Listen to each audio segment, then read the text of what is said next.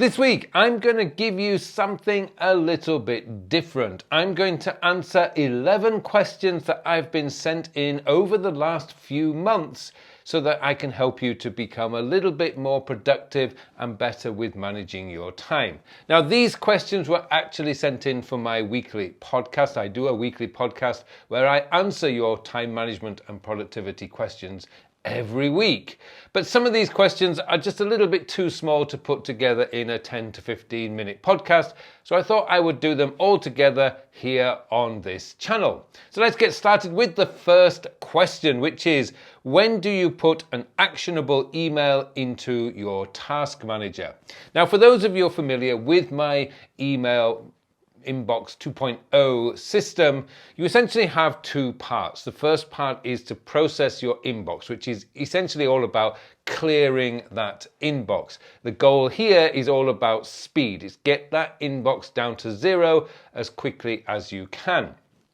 The second part of the process is to deal with those actionable emails, the emails that you need to do something with.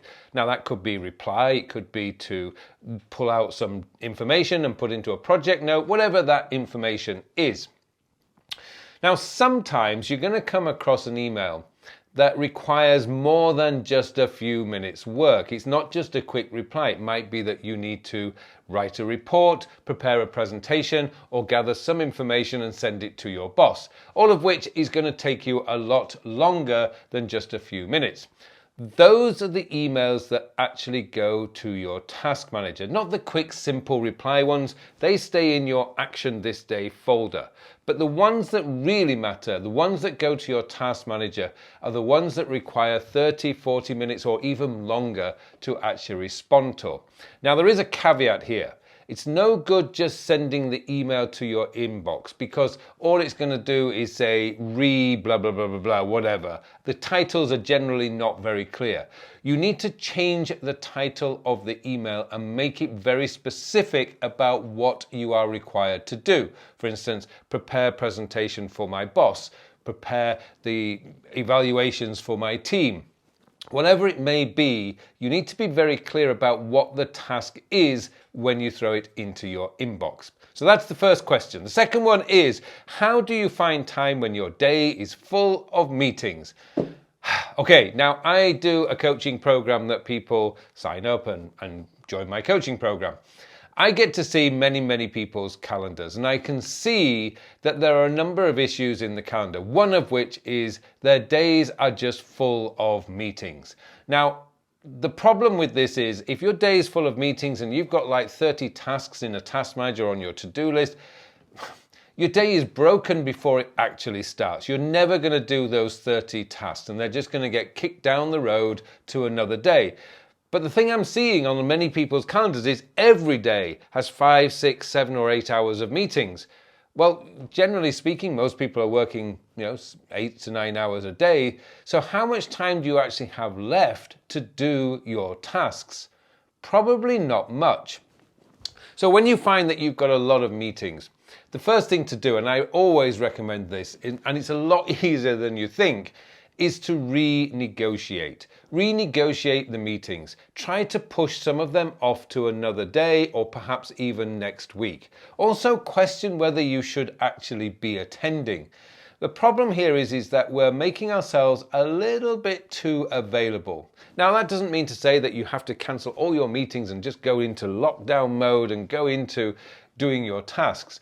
But I would always recommend renegotiate. Now, renegotiation just means, that's going to be a difficult time. Could we meet a little later in the day? Now, the question is, what's the worst that could happen? The worst is that they say, no, it must be at 9 a.m. in the morning. Fine, at least you've pushed. But one of the things that I find is that by just trying to renegotiate, 90% of the people you're renegotiating are nice people. They will allow you to reschedule that meeting. You could also ask them to reduce the time of the meeting to 30 minutes instead of the default 1 hour. And finally, another one that you can do with meetings is to limit or cap the number of hours you spend in meetings each week. Now, I do this with my coaching program. I actually cap the number of hours I'm available to do coaching calls because theoretically, if I open up my calendar, I'd be spending all day just on coaching calls and I would never get any of my work done. So what you can do is say, right, out of my 40 hours of working week, typical week, I am going to allow myself 25 hours of meetings, or less if you can. Once you reach that limit, every new meeting request is defaulted to the following week. Now again, that's not easy to implement immediately, but it is something that you can work towards because I find that that actually helps you to protect time to do the work you're employed to do. Question number 3, how do you stay consistent? Now, this one I think actually means that how do you stay consistent in terms of following some of the processes that you put in place? Now, one of the things that has always helped me to stay consistent is to have a solid morning routine. Now, without fail, I will follow that morning routine. Now, it's not related necessarily to work. I start my day with a cup of coffee, I drink some lemon juice water, I then clear my email inbox, write my journal, and then review my objective tasks for the day. Those are the 2 most important tasks for the day. But another way that you can do this is to actually just start the day with a morning planning session. Now, a morning planning session is just a 3-step process, and I covered this in my video last week, which essentially is to look at your appointments for the day and to evaluate how much time you have available for doing those tasks. Now, quite often that might only be 3 or 4 hours. You then remove 2 of those hours because you're going to get interrupted. People are going to interfere with your day. They're going to distract you. They're going to ask questions. It's never simple. So essentially, if you've got 3 hours, I'd reduce it down. I've got 90 minutes to do my task. If I've got 4 hours, I'd reduce it to 2 hours to do my tasks. But that's essentially how you remain consistent.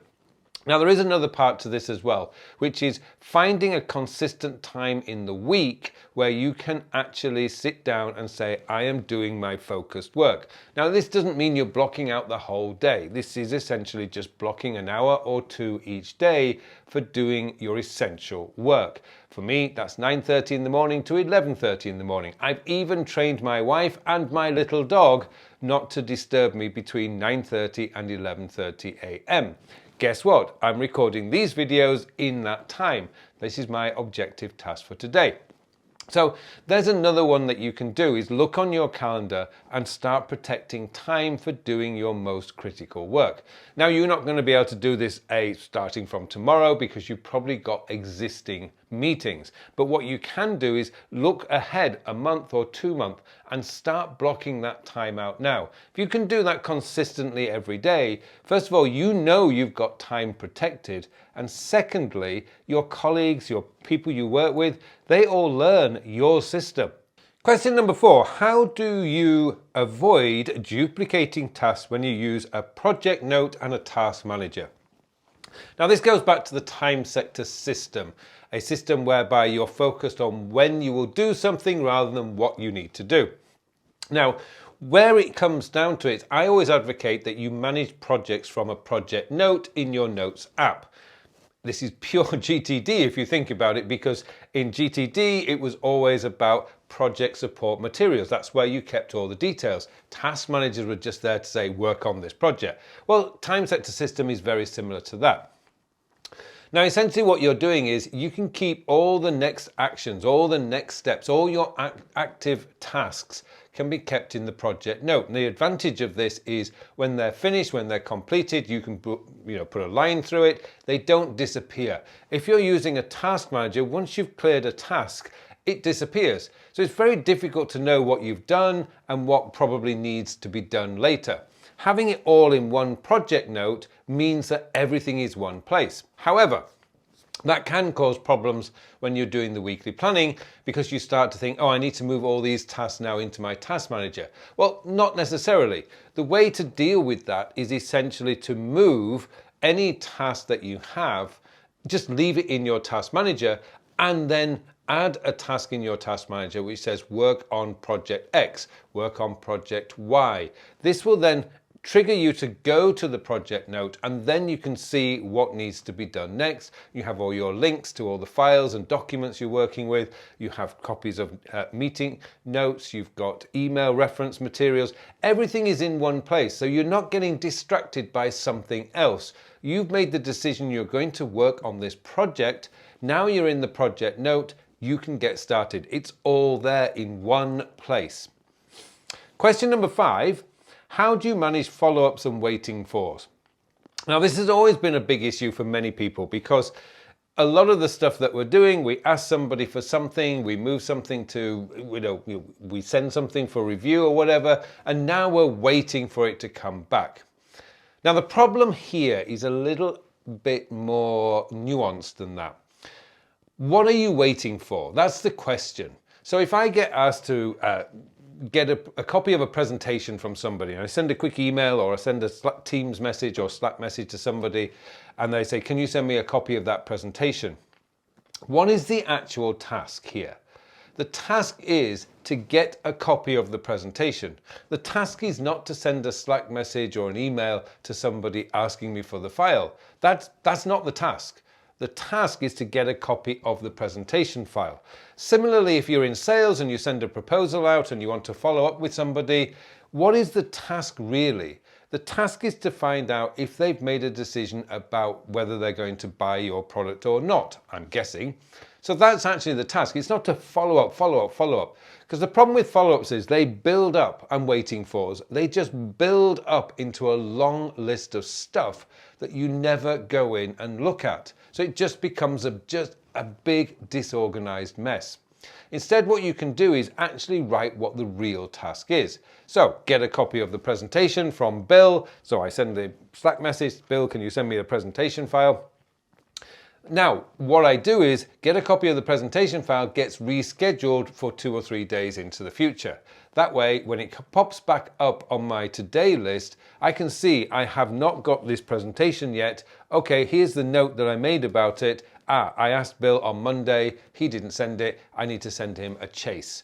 Again, I will then reschedule the task. The task gets rescheduled until I have the presentation file, because that's the real task. It's not follow up Bill or chase Bill. That is just going to become, well, first of all, it's very unclear what you're chasing Bill for. And secondly, it just means that now you're just, you can check off the task. I followed Bill up, but you didn't really get the task done because you're still waiting for the presentation file. Be very clear about what the task is. Question number 6. How do you estimate how long a task will take? Well, the answer to that is, as long as you are a human being, which if you're watching this, I'm sure you are, you can't. It's impossible. You will never, ever be able to estimate with any degree of accuracy how long a task will take. That's simply because you are a human being. You're going to be affected by how much sleep you got last night, whether you are in a high energy mood or a low energy mood, whether you had a fight with your partner this morning, or even whether you've got a teenage daughter who's acting up or a teenage son who's acting up. Perhaps you've got a young family, so you're not sleeping well and now something's bothering you. All these factors will prevent you from being able to accurately estimate how long a task will take you. But instead, what you can do is allocate blocks of time for doing your critical work. One example I often give is I've been writing a weekly blog post of around about 1,200 words every week for the last 10 years. Some days it'll take me 45 minutes. Other days it'll take me 90 minutes or sometimes even 2 hours to write the first draft. I have no idea when I start the day how long that task is going to take me. And that's after 10 years of doing the same thing over and over and over again. It's impossible. You're not a machine. But what you can do is allocate blocks of time for doing that kind of work. So this all goes back down to time blocking. I always have a 2-hour block every morning for doing my focused, most important work. It's protected. My wife knows about it. My dog knows about it. I will not schedule any meetings in that time. So I know every day I've got 2 hours to get on with my work. Some weeks I'm ahead, some weeks I'm behind. But I know as long as I follow it consistently, I will eventually catch up and be on top of things. stop trying to estimate how long something will take you. You have no idea because you're a human being, which is actually a good thing. Question number 7. Why are you obsessed with pen and paper? Good question. Well, the reason being is that I have actually been, I do a lot of reading around how to be more productive, better at time management, how to better manage projects. And something slipped into my reading materials about 2 years ago that was based on some studies that have been done about how our brain works when we have a pen in our hand versus typing on a keyboard. Now, I don't want to bore you with the scientific details, but essentially I will give you the highlights if you like. Tapping a keyboard actually activates one part of your brain. It actually activates what you could call the editing part. So you're naturally going to want to correct spelling errors, grammar errors. It's just a natural way when you're tapping because tapping is actually quite easy for your brain. However, when you have a pen in your hand, you are actually now involving some mechanical movement with your fingers. You're creating shapes essentially with your pen. And what this does is you stop editing and you're now accessing the creative part of your brain. So that's kind of a summary of the Tokyo University study from 2014, but there has been a lot of studies on this in recent years simply because of the actual explosion in digital technology. So I started experimenting with that. I started doing my project planning, these YouTube video plans, all on paper. And I was just blown away by how much better my planning was. Now, it doesn't mean to say that I've now gone completely analog. All it means is I am now using pen and paper to do the things that pen and paper is best at, which essentially is planning. Planning is where pen and paper will beat digital technology time and time and time again because it opens up your brain to the more creative side so that you can come up with unique solutions to difficult problems. Question number 8 is how can you clear an overwhelming backlog? Now, the problem with backlogs is not necessarily what the backlog is, it just creates what's called a low level of anxiety. It's like this buzz in the back of your mind reminding you that you have a backlog to deal with. And if you're not dealing with it, the backlog just grows and grows and grows and grows. Now, this is never a good thing because it now creates that anxiety level starts rising. But backlogs are an interesting thing. Let's take an email backlog. I would always ask somebody first, at what point would it be embarrassing to reply to an email? 3 weeks, 2 weeks, 1 week? Where is your cutoff point for actually replying to an email? Because I would be embarrassed after 3 days. If it took me 3 days to respond to somebody's email, I would be really embarrassed to be replying to it. So I would probably ignore the email. I'd just archive it. The thing is with email, for example, is it will come back. If it's actually important, somebody will chase you for it. So then it's like, oh, sorry, it must have dropped into my junk or I accidentally missed it. Yeah, something like that. But there are other things like backlogs of admin work, like we've got taxes to do, we've got to do our expenses, we've got to do all that stuff. This just needs collecting into a list and just setting aside some time, maybe on a Saturday morning, maybe on a Friday afternoon, where you just, again, block your calendar and say, I am going to get on top of this backlog. But it's not enough to get on top of a backlog. You then have to put in place processes for preventing the backlog from happening again. Now, email is a really good example because we just get a ton of email every day. I'm now getting between 100 and 150 emails each day, but it's manageable. I can stay on top of it for the most part. Out of 7 days in the week, I'm clearing my actionable email probably 4 and 5 days. There's just 3 days where I fall behind. Not a problem because I come back to it the next day. A quick tip here with email, and indeed any other type of admin, always start with the oldest first. Not the newest, the oldest first. Because those are the ones that you could probably delete a lot faster. So it gets you going. You're going bang, bang, bang, bang, bang, delete, delete, delete, delete. Oh, archive. Then as you get closer to the now, those are the ones that you probably need your attention, but by then you've cleared a lot of the backlog and you're ready to get going. So there's a quick tip. Start with the oldest first. Question number 9. What's the biggest mistake people make in terms of time management and productivity? That one's actually quite an easy one to answer because I've made all these mistakes myself. The biggest mistake is obsessing over the tools. Looking at apps, wanting to find the perfect app. Well, the perfect app does not exist. I have done lots of experiments over the last few years, just using a simple notebook and pen and pencil, drawing a line down the middle, writing to-dos on one side and writing my appointments on the other.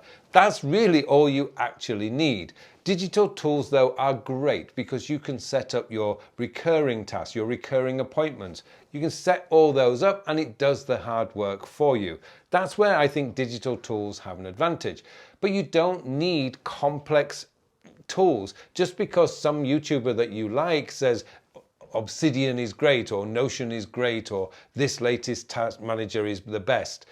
Well, yeah, maybe, but what is it doing for you? What's the point? The point is to show you a list of things that you need to do today. That's it. That's all it needs to do. It doesn't need to start trying to organize things for you because your brain works differently from whoever programmed that particular app. So what you want to be doing if you want to avoid making the biggest mistake is just simply use the tools that your computer or device comes with. Now, if you're using an iPhone, reminders and Apple Notes is brilliant. If you're using an Android device, you've got a lot more choice, but Google Tasks will do the trick because, again, it's just really all that matters is what you've got on your list today. And if you want to keep it even simpler, you can buy yourself an A7 notebook and just carry that around with you with your tasks for the day. That's it. That's all you actually need is a to-do list that tells you what needs to happen today, a calendar that's up to date, and a notes app that is holding all the support materials for the work that you do. Question number 10. How do you decide what your most important tasks are? Okay, that's a really good question. At a basic level, the way to do this is time sensitivity first. If something is due on Thursday, that's what you do. You do the task that's due tomorrow. If something's due next week or next month, then the priority reduces a little bit unless there's a lot of work to do, in which case you may decide I'm going to spend an hour on this every single day. But that's really all you're doing. But it really does come down to just time sensitivity and then going a little bit deeper though. One of the things that I've advocated for many, many, many years now is to find out or figure out what your areas of focus are. Now, your areas of focus are just 8 things relating to your family and relationships, your career and business, your finance, your health and fitness, self-development, lifestyle, life experience, life's purpose and spirituality. All these 8 areas are really actually very important, but you need to know what they mean to you and what you need to do to keep them in balance. Now, I haven't got time to cover those in this video, but I've done so many videos on your areas of focus and written articles on it. I'll put links in the comments below so that you can have a look. But those, establishing what those are, because that will then tell you what is important to you. Those are the most important things. And from there, you can then develop a system where you're focused on the important things in your life, not the important things of other people. That's essentially how you can decide or prioritize your day. Question number 10. That was question number 10. Question number 11, which I consider this to be the bonus question. How do you think AI will help or hinder productivity? AI is going to speed things up. Now, is that really what we actually need in terms of productivity? Do we need more speed? Let's be honest. The way that Evernote, for example, which is my notes app of choice, can find something from 10 years ago in less than a second, I mean, do I need that to be faster? So, yeah, in that sense, AI, of course, is going to speed things up. Beyond that, in terms of productivity, I'm not really that sure because when it comes to personal productivity and time management, the question I have for myself is, do I really want a computer telling me what I should be working on, telling me where I should be, telling me what tools I should be using, etc., etc., etc.? Well, no, not really. I want to remain human. I want to have some agency over my life. Now, the way that I'm using AI at the moment is for analytics. I use it to analyze how my blog posts are performing. It will give me ideas then on what content I should be writing about. Same for YouTube. I also use AI for my internet searches these days. And this is one of the things I've really liked about AI, is that I can ask it a question about some historical event, for example, and it will give me an essay, it'll give me a blog post of all the information. And I always ask it with links. So I want to see sources. So if I want to go a little bit deeper, I can go deeper. This is, to me, better than the way Google search traditionally does it, which is just give me a long list of blog posts, videos, and whatever to watch. So AI, I think, ultimately will have an effect on our productivity systems. Right now, I don't think so. I had a play with that Motion app, and it just frightened the life out of me. It was telling me to get up at 6 o'clock in the morning and go out and exercise. I hate exercise in the morning. It's never worked for me.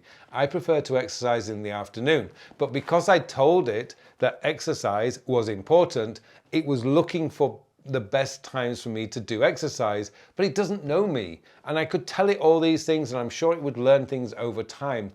But the one thing I felt was, I'm losing agency here. I'm losing control of my inbox. I'm losing control over what I should be doing.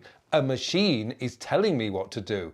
And that was quite scary, actually, because the one thing about personal productivity and time management is that you want to be holding on to agency. You want to be making the decisions, not some computer based on past performances to tell you what to do. That's just going to create a world of average human beings. It's not going to help you with your creativity. So I'm quite excited about AI, but in terms of productivity and time management, I think we're quite a long way away from it really genuinely being able to help us get more done. Okay, well, that's it for this Q&A session. I don't think I've ever done one of these before. If you stuck through to the end, thank you so much. I'm really grateful. And I'm probably, depending on the comments below, if you have any questions or you want me to expand on some of the things I've said in this video, then please add your question below and I'll be more than happy to answer them. Thanks for watching this video.